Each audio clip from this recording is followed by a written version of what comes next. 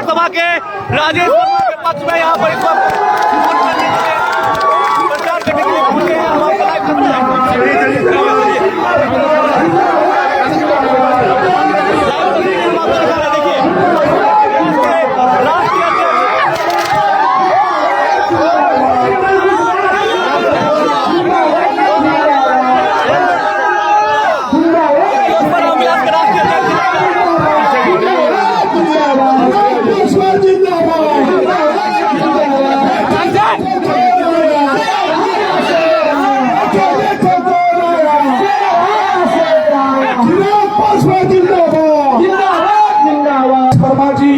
उनको आप लोग जो हेलीकॉप्टर छाप पर बटन दबाइए, जब हेलीकॉप्टर छाप पर बटन दबाइएगा तो वहाँ दिल्ली में कमल खिलेगा और फिर से प्रधानमंत्री नरेंद्र मोदी जी होंगे। हम कहने आए हैं जो पिछले बार एक कसर सीट का रह गया था, 19 में 40 में 39 सीट मिला था, एक सीट का कसर रह गया था, वो भी कसर इस बार पूरा कर दीजिए। 40 के 40 सीट अपने नेता नीतीश कुमार जी के हाथ में, प्रधानमंत्री नरेंद्र मोदी जी के हाथ में, चिराग पासवान जी के हाथ में, जीतन मांझी जी के हाथ में और उपेंद्र कुशवाहा जी के हाथ में देने का काम करिए।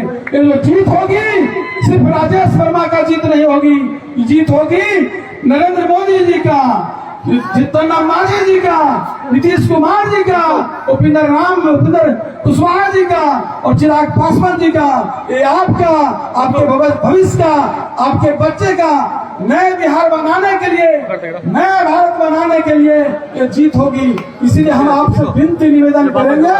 और देखिए भाई, हम स्पष्ट कहना, हीरो, हम सबके हीरो माननीय नेता, माननीय राष्ट्रीय अध्यक्ष श्री चिराग पासवान जी।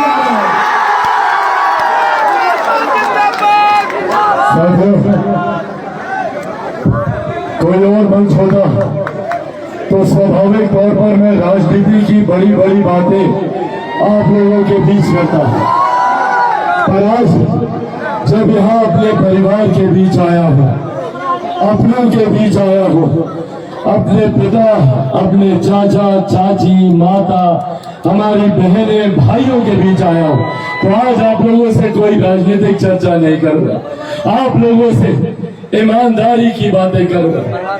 जिस तरीके से आज देश का, बिहार के हालात है, उसकी सभी जानकारी आज अपने परिवार के लोगों को मैं देने आया। आप सब ने मेरा, मेरे नेता, मेरे पिता, मेरे परिवार का, आप सब ने हर विपरीत परिस्थिति में मजबूती से साथ देने का काम किया। मेरे पिता की जन्मभूमि, उनकी कर्म भूमि पर जिस तरीके से उनके संघर्ष के दौर पे आप सब एक पिता की तरह, माँ बनकर, भाई बनकर आप उनके साथ खड़े रहे, वही आशीर्वाद आप लोगों ने चिराग पासवान को भी देने का काम किया। जब मैं अपने राजनीतिक, अपने व्यक्तिगत जीवन के कठिन दौर से गुजर रहा था, उस वक्त आप सबने मेरा पिता बनकर, मेरा माँ बनकर, मेरे भाई बनकर आप लोगों ने आशीर्वाद का हाथ मेरे सर पर रखने का काम किया। मेरे नेता, मेरे पिता आदरणीय रामविलास पासवान जी अब इस दुनिया में नहीं है। आज अगर वो जीवित होते तो आज मेरी जगह वो यहाँ पर मौजूद होते। आज वो आप लोगों के बीच मेरे भाई और अपने बेटे राजेश वर्मा जी के लिए आज वो आप लोगों से आशीर्वाद मांग रहे होते, और आज वो इस दुनिया में नहीं है। पिता के अधूरे सपनों को, उनके अधूरे कार्यों को पूरा करने के लक्ष्य के साथ निकला। पापा ने हर संभव प्रयास किया कि किस तरीके से अपनी जन्मभूमि को, अपनी कर्म भूमि को वो विकास की राह पर तीव्र गति से आगे लेकर जा सके। उन्होंने छोटे छोटे कार्यों के लिए उनको मैंने संघर्ष करते हुए देखा।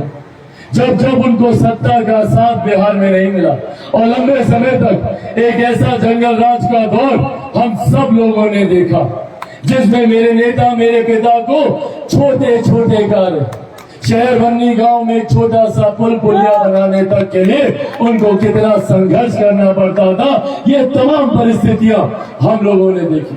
और उस दिन मेरे नेता, मेरे पिता ने ये संकल्प लिया था कि एक दिन अपनी पार्टी बनाकर अपने उम्मीदवार को यहाँ से खड़ा कर कर खगड़िया के हर उस सपने को पूरा करेंगे जो सपना कभी मेरे नेता, मेरे पिता आदरणीय रामविलास पासवान जी ने देखा।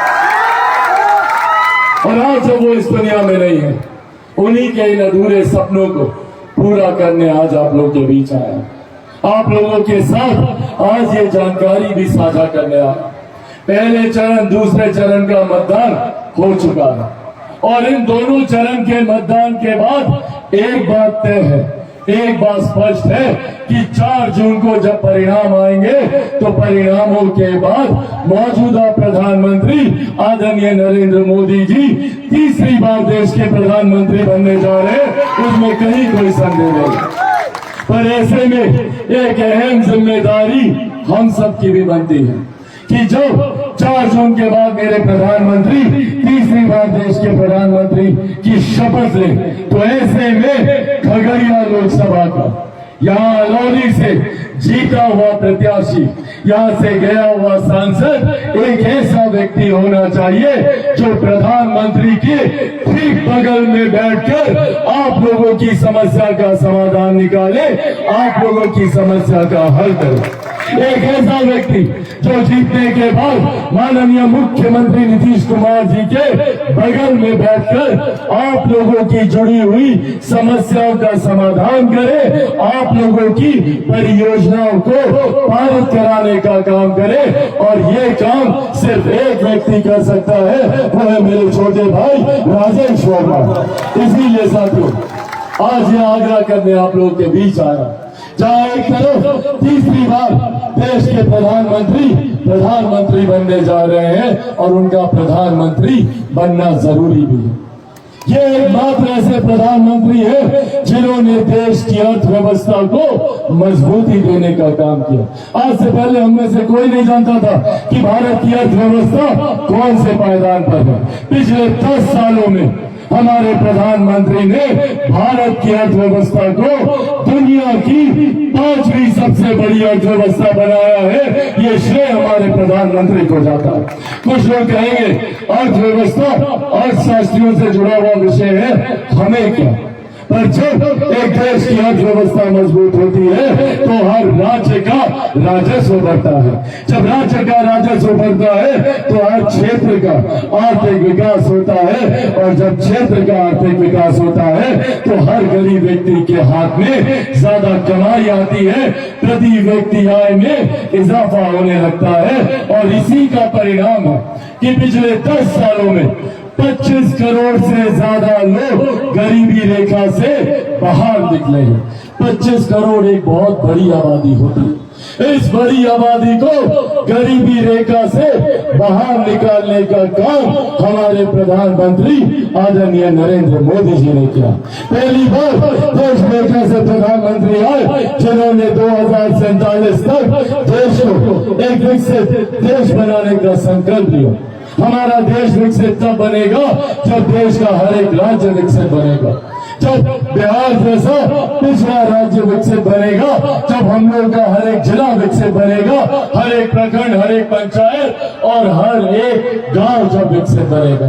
और ये लक्ष्य अब तय कर लिया गया है। 2047 तक बिहार का कोई गांव ऐसा नहीं होगा जो विकसित गांव की श्रेणी में ना आता। और इसकी नींव में हम लोगों ने काम करना शुरू कर दिया। आज से पहले किसी ने महिलाओं के सम्मान की चिंता नहीं की थी। आज से पहले किसी प्रधानमंत्री, किसी नेता को फर्क नहीं पड़ता था कि महिलाओं के सम्मान के साथ जिस तरीके से खिलवाड़ किया जा रहा है, किसी ने शौचालय की चिंता नहीं की। पहली बार देश में एक ऐसे प्रधानमंत्री आए जिन्होंने महिलाओं के सम्मान को प्राथमिकता देते हुए बहुत छोटी सी जरूरत, पर उस महिला के लिए कितनी बड़ी जरूरत है उसके लिए शौचालय बनाकर देने का काम किया। चूल्हा चौखट के धुएं से जो दिन रात अपने परिवार का पेट भरने के लिए आप लोग जब चूल्हा झोंकती थी, उसके धुएं से जो स्वास्थ्य पे जो गलत प्रभाव पड़ता था, पहली बार देश के प्रधानमंत्री ने उसकी चिंता करके घर घर गैस पहुंचाने का काम किया उज्ज्वला योजना के माध्यम से। कोई गरीब व्यक्ति कोई गरीब व्यक्ति आर्थिक अभाव में इलाज से वंचित न रह जाए। हर गरीब व्यक्ति को 5 लाख रुपए तक का मुफ्त इलाज कराने का इंतजाम करवाया आयुष्मान योजना के तहत। ये बुनियादी जरूरत है, स्वास्थ्य से जुड़ी हुई, सम्मान से जुड़ी हुई ये बुनियादी जरूरत है जिसकी चिंता आज से पहले किसी ने नहीं की। आज हर एक परिवार को, और इसका श्रेय मैं मेरे नेता, मेरे पिता आदरणीय रामविलास पासवान जी को भी दूंगा। आज से पहले किसी ने गरीबों के खाने की चिंता नहीं की। आज हम लोग को गर्व होता है कि देश की ही नहीं, दुनिया की सबसे बड़ी गरीब कल्याण योजना जो चलाई जा रही है वो भारत देश में चलाई जा रही है, जिसकी सोच मेरे नेता, मेरे पिता आदरणीय रामविलास पासवान जी की थी, आदरणीय प्रधानमंत्री नरेंद्र मोदी जी की थी। आज देश में प्रधानमंत्री गरीब जन कल्याण अन्न योजना के तहत 81 करोड़ लोगों को मुफ्त में राशन दिया जा रहा है। ये सोच हमारे प्रधानमंत्री जी की थी। राशन मिल रहा है ना आप लोगों को? किस किस को मिल रहा है? हाथ उठा के बताइए। ये सोच गरीबों की चिंता, उनके खाने की, उनके सम्मान की, उनके स्वास्थ्य की, ये चिंता आज हमारे प्रधानमंत्री ने करने का काम किया। ऐसे में साथियों, हम लोगों की जिम्मेदारी और बढ़ जाती है, हम लोगों की जवाबदेही और बढ़ जाती है कि जो प्रधानमंत्री दिल्ली में बैठा हम लोगों के गांव की चिंता कर रहा है, अलौली के एक घर की चिंता कर रहा है, उस प्रधानमंत्री की चिंता करने की जिम्मेदारी हम सब की है। क्योंकि कई लोग ऐसे आएंगे जो हम लोग को भ्रमित करने का काम करेंगे, बड़ी बड़ी दिखावटी बातें करेंगे और तो डर तक फैलाने का काम करेंगे। आएंगे आप लोग के बीच में तो क्या कहेंगे? कहेंगे कि भैया हमको वोट दीजिए, हम बड़ा बड़ा कल कारखाना सब कुछ लगा देंगे। तो भैया काहे नहीं लगा दिए थे? 55 साल तक कांग्रेस पे हम लोगों ने भरोसा किया, देश में एक तरफा मतदान कांग्रेस के पक्ष में किया, तब ये लोग कुछ नहीं कर पाए। गरीबी हटाओ का नारा देते रह गए, गरीबी तो हटी नहीं, गरीबों को इन लोगों ने हटाने के लिए अत्याचार करना शुरू किया। वही दूसरी तरफ राजद 15 साल तक एक तरफा हम लोगों ने राजद पर भरोसा किया, एक एक परिवार के 2-2 मुख्यमंत्री तक बना के दिए, पर बदले में क्या मिला? वही अपमान, वही गाली, वही लाठियां। 90 का दशक याद कीजिए, महिलाओं का घर से निकलना दुश्मन। जिस तरीके से महिलाओं को अपमानित किया जाता था, गाली दी जाती थी, और ये श्रृंखला रुकी नहीं है। आज भी महिलाओं को गाली दी जाती है, मेरे परिवार की महिलाओं को दी जाती है, आपके घर की बेटी, मेरी माँ, आपकी बहू तक को गाली दी जाती है। और खुले मंच पर, सार्वजनिक तौर पर राजद के बड़े नेता मेरे भाई तेजस्वी के सामने जो मंच पे खड़े रहते हैं, उनके सामने हम लोगों के परिवार की बहू बेटियों को गाली दी जाती है, और वो लोग खामोशी से सुनते हैं, पर क्यों न सामाजिक तत्वों का मनोबल तक बढ़ाने का काम करते हैं। ये वो जंगल राज है, और इस जंगल राज का मुंह तोड़ जवाब देने की जरूरत है। जो लोग लाठी में तेल पिलाकर हम लोगों पर अत्याचार करने का काम करते थे, आज वही लोग वापस दस्तक देते। जो लोग यहाँ पर बम विस्फोट कराकर नरसंहार करने का काम करते थे, आज वही लोग हम लोग की दहलीज पर खड़े हैं, आप लोग के पास आ रहे हैं अपना मत मांगने। याद कीजिएगा वो दौर, किस तरीके से नरसंहार किया जाता था, किस तरीके से अत्याचार किया जाता था। ऐसे में साथियों, ये लोग सिर्फ डराने की राजनीति करेंगे। अब आते हैं, कहते हैं संविधान खतरे में है, आरक्षण समाप्त कर दिया जाएगा, लोकतंत्र की हत्या कर दी जाएगी। ये वही लोग हैं जो आज लोकतंत्र की चिंता कर रहे हैं, जिन लोगों ने सन 75 में आपातकाल लगाकर देश में सही मायनों में लोकतंत्र की हत्या करने का काम किया था।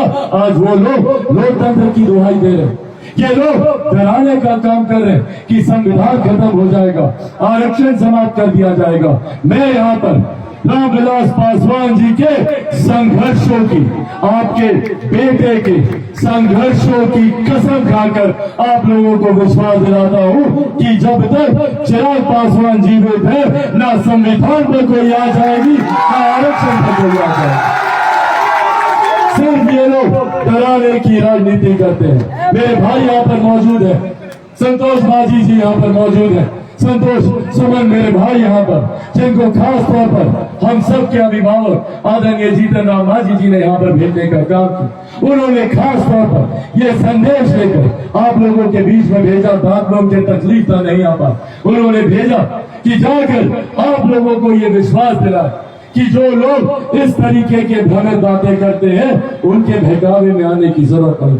मुख्यमंत्री जी यहाँ पर आए थे, उन्होंने अपने प्रदेश अध्यक्ष हमारे भाई उमेश कुशवाहा जी को यहाँ पर भेजने का काम किया, ताकि जो लोग इस तरीके का भ्रम फैलाने का काम कर रहे हैं उन लोगों से हम लोग कम से कम सावधान हैं। साथियों, जो लोग बोलते हैं कि ये लोग संविधान और आरक्षण फलाना छीन लेंगे, छीनने वाले ये लोग हैं। अगर ये लोग सत्ता में आ गए, चाची याद रखिएगा, गैस घूस मिलना सब बंद हो जाएगा, कोई उसके बाद राशन नहीं मिलेगा। अभी मिलता है ना 5-5 किलो का राशन, नहीं मिलेगा। अगर ये लोग जीत गया, जो लोग भी आज विपक्षी दलों का झंडा उठा के घूम रहा है, जीत गया तो घर पे राशन नहीं मिलेगा। उसके बाद जितना ये जो किसान सम्मान निधि और ये सब आयुष्मान का योजना, ये सब ये लोग बंद करवा देंगे। ये लोग तो इतना ही नहीं, आप लोगों की जो संपत्ति है, आप लोगों की जो जायदाद है, आजकल आप लोग सुन रहे होंगे इनहेरिटेंस टैक्स, आजकल उसको कांग्रेस और राजद लागू करना चाहती है। क्या मतलब होता है भैया इसका? मतलब ये कि जो भी जमीन जायदाद आप लोग लिए हैं ना, जो भी पाई जोड़कर आप लोग बनाए हैं, उसका 55% हिस्सा सरकार अपने कब्जे में ले लेगी, कांग्रेस और राजद अपने कब्जे में ले लेगा। जो भी आप लोग जमीन, जो छोटे किसान हैं, छोटी सी जमीन इकट्ठा किए हैं, उसका 55% हिस्सा ले लेगा। आप लोग जितना जेवर जायदाद इकट्ठा किए हैं ना, वो सब उसका 55% हिस्सा ये लोग छीन लेगा। कांग्रेस और राजद की ये सोच है। इसीलिए बहुत सोच समझकर हम लोगों को मतदान करने की जरूरत है। और आज एक परिवार का बेटा होने के नाते यही संदेश, यही जानकारी आज आप लोगों के बीच साझा करने आया कि हम सबको किसी बहकावे में नहीं आना है, एकजुट होकर, एकत्रित होकर। और आज जब मैं यहाँ खगड़िया की बात कर रहा हूँ, खगड़िया लोकसभा की बात कर रहा हूँ और अपने घर पे खड़ा हूँ, अलौली में मौजूद हूँ, तो ये मान कर चलिए कि यहाँ राजेश वर्मा नहीं, यहाँ पे चिराग पासवान चुनाव लड़ रहा है, आपका अपना बेटा यहाँ से चुनाव लड़ रहा है। और राजेश मेरे छोटे भाई नहीं, एकदम भाई के समान 15 साल की तरह साथ चलने वालों में से है। एक एक मत जो आपका मेरे भाई राजेश के लिए जाएगा, वो सीधा प्रधानमंत्री आदरणीय नरेंद्र मोदी जी को देश का प्रधानमंत्री बनाएगा। वो हमारे मुख्यमंत्री आदरणीय नीतीश कुमार जी को मजबूती देने का काम करेगा, आदरणीय जीतन राम मांझी जी को मजबूती देने का काम करेगा, उपेंद्र कुशवाहा जी को मजबूती देने का काम करेगा। और आपके बेटा, आपके भाई, आप लोग बिहार जेएल के चैनल को लाइक करें, सब्सक्राइब करें और कमेंट करें।